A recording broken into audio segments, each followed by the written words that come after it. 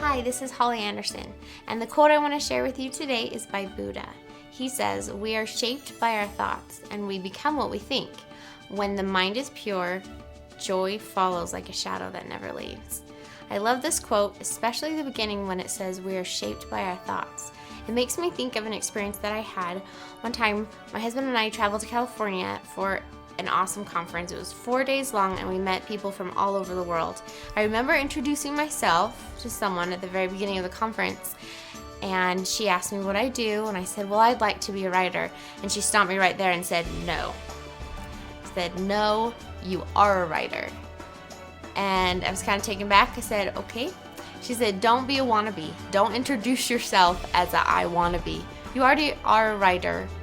Who's to say you aren't? And I thought to myself, well, okay, I've written on my blog and I'm writing a book I'm really excited about, but I'm not published yet. So am I really a writer? But I took her advice anyway, and I'm so glad that I did, because during those 4 days when I introduced myself as a writer to people all day long, I convinced myself that I was a writer.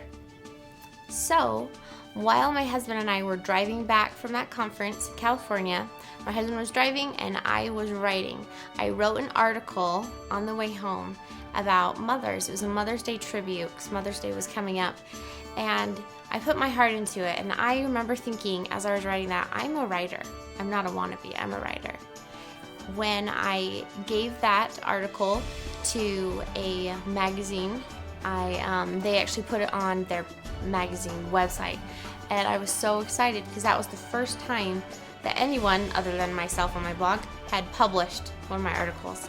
That was a really big turning point for me because I realized that my thoughts had really shaped me, that I had decided I was a writer, and then I became published just days later.